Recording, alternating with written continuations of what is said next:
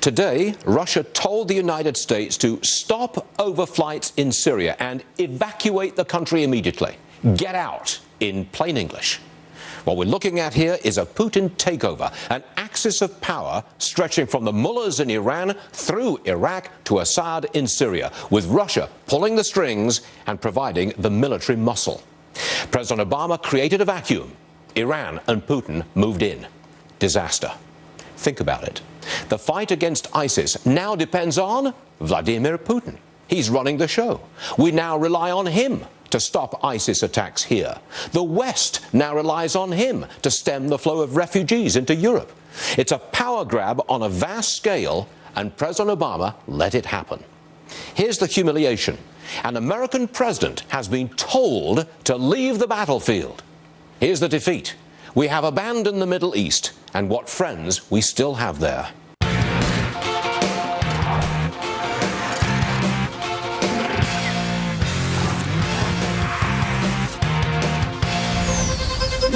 We have a group of stocks that are moving, an unusual group of stocks. I'm going to call these storm stocks. That's because Joaquin is now officially a hurricane. That means storm stocks are getting a nice bump. That will be Generac. They make generators. Lowe's, Home Improvement, Home Depot, same story. They are up, and they are responding to the storm. All right.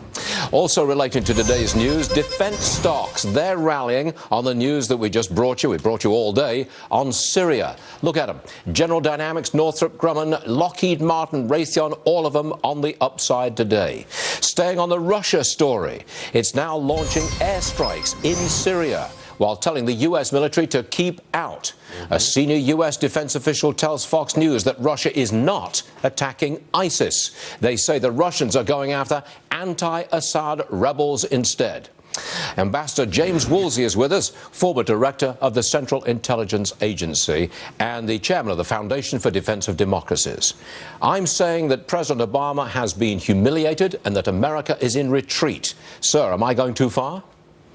No, I wish you were going too far, but I don't think you are. President, beginning with his speech in Cairo several years ago, staked out a direction which has been fleshed out over time, such that we treat our friends and allies like the Israelis and the Egyptians and Saudis as enemies, and we treat our enemies as friends. And there may have been some strategic purpose to this in which we move around chess pieces, at least the president wants to, and the game will go the way he wants. But it's not working. Whatever he thinks he's doing, it's having an extremely negative effect. I want to bring everybody up to date on what exactly is happening right now. We've just learned that Israel has launched airstrikes into Gaza following a rocket attack from Gaza into Israel. Now, that's violence on another part of the Middle East, as well as what's happening in Syria. Could I say this? The danger is that you now have American planes very close to Russian planes. Is there the possibility of a military clash at this point?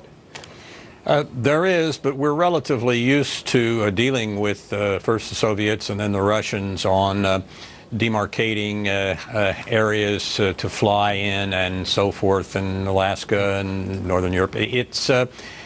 We can manage this with Russia. The thing that bothers me is that because of the terrible effect that I think will take place as a result of the treaty or agreement with Iran on nuclear weapons, is that the next time you have a crisis like this, one in the Middle East, there'll be 3 or 4 countries that have nuclear weapons, and some of them may not be as predictable and straightforward as the Russians. Well, so you were director of the Central Intelligence Agency. You know what you're talking about here. Do you believe that the Iranians will indeed cheat and go get a bomb or bomb-making material relatively quickly? Oh, I don't think there's any reasonable chance they'll do anything else. They may well already have a bomb. They've been working on it long enough, much longer than countries that moved even without testing, such as South Africa and Pakistan, into having a bomb. Sir, I'm sorry to interrupt you. I'm just astonished at this. This is a complete revolution in the power structure in the Mideast, and it's been accomplished in a matter of months. That's it.